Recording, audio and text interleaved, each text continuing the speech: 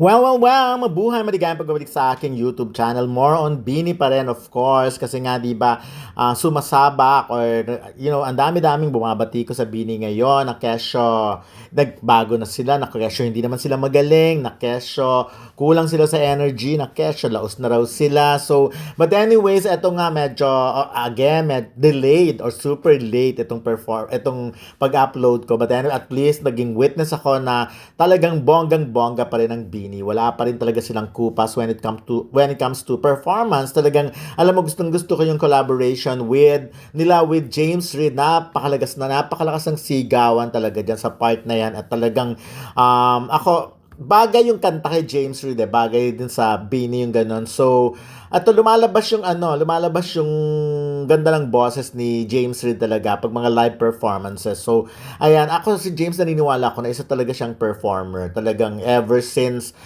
eto ang gusto niya ang mag-perform sa harap ng maraming tao. Yung acting nga, 'di ba, sabi niya nga parang hindi na masyado. Pero pagdating sa pag ganyan sa stage, nagbabago siya, nag-iiba, nagta-transform siya. At yun nga, so kung tatanungin niyo ako kung na-match ba ng Bini ang energy ni James Reid or ang energy ng Bini ay na-match din ba ni James Reid? Yes, pare-parehas lang naman sila, talagang all out talagang ayan. Ako parang alam mo, nasa side ko, medyo kilig-kiligan talaga ang mga ang Bini kay James Reid. Of course, sino bang hindi kikiligin kay James Reid bukod sa gwapo na napakagaling pang kumanta. At saka, si James Reid talaga in person, mabait naman siya talaga. Hindi siya yung parang iisipin mo na suplado. Pag nakausap mo siya, very nice, very magalang kahit na Ingleserong tao. So, kamahal-mahal, gusto-gusto rin talaga si James. Pagdating sa personal life niya or love life niya, wala naman tayong kinalaman na doon. But anyways, ayan, mukhang ilan sa grupo ang kinikilig nga kay James Reid sa Bini. So, I hope mabigyan pa ng chance na mas marami pang bonggang chance na makapag-perform si James sa Bini or ang Bini sa kay James sa mga shows ni James kasi ang ganda rin nilang panoorin, 'di ba? Talagang I think kailangan ng Bini yung ganyang mga guest talaga, like the likes of James Reid, of course. At syempre, dahil concert nga itong ng Pure Gold OPM Con 2025, talagang pasabog kung pasabog ang mga paandar nila dito. So, kailangan talaga hindi ka bibitawan ng mga tao. Kasi sa dami ng tao, nagiging maliit na sila. Pero dapat, malalaki naman yung ibang mga wall. May mga wall naman na malalaki. So, makikita mo pa rin sila. Katulad yung iba yung nakikita dito. So, dapat, ibibigay mo talaga yung 100% best mo. Talagang kung mag-perform ka ng gusto. So, eto sa part na ito, papasok na ang Shaggy D sa Shapopo. Talagang bongga. Ayan na, nagsisimula na.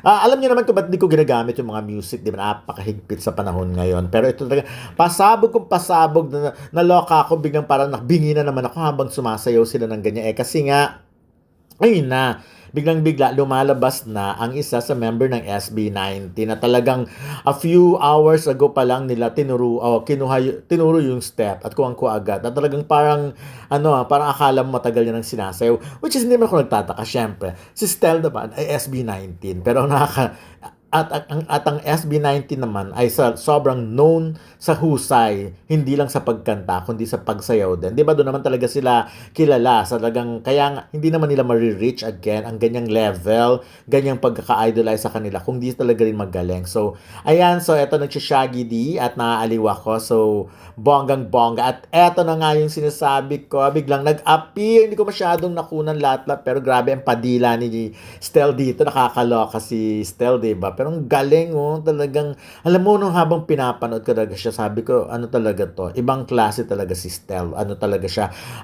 Kahit na ano pang ipasayaw mo sa kanya, kahit on the spot, pakantahin mo siya, pasayawin mo siya, talagang total package, total performer, talagang ako nga, para makukontento na ako, panoorin ko lang siya ng sumasayaw at kumakanta siya, okay ng araw mo di ba ganon?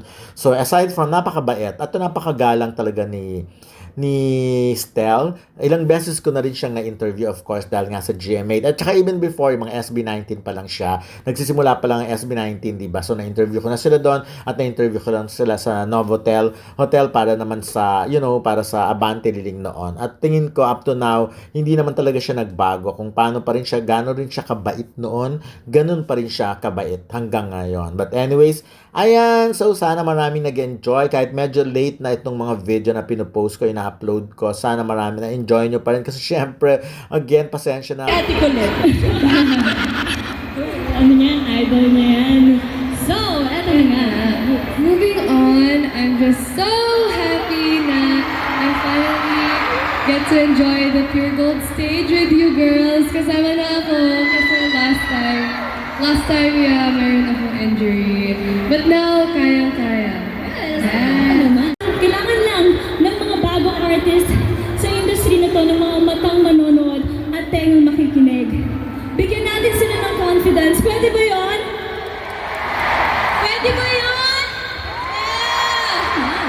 Yeah! Yes, and sana, alam namin, medyo mahaba tong event na to. Pero sana, i-keep natin yung energy natin. Sana bigyan natin ng pantay-pantay na energy lahat ng magpe-perform tonight. Dahil madami pa po silang pasabog after namin. Yes, Ate Maloy! Yes, I believe that this will be a historic Pure Gold OBMCon 2025! Yes, kaya walang uuwi at walang magsaskip dahil kung nasurpresa kayo sa segment namin, ano pa yung mga susunod? Oo naman, grabe. So, abangan niyo yan! Once again, thank you so much, Blooms, at lahat ng fandom na nandito. Maraming salamat po for the love and support. Dahil sa love na binibigay niyo po sa aming mga OBM artists, yun po yung nakakapag-inspire sa amin lahat. OBM Rise! Mabuhay ang OBM! Let's go! Ina isang malakas na OBM Rise! OBM! One time for BDN!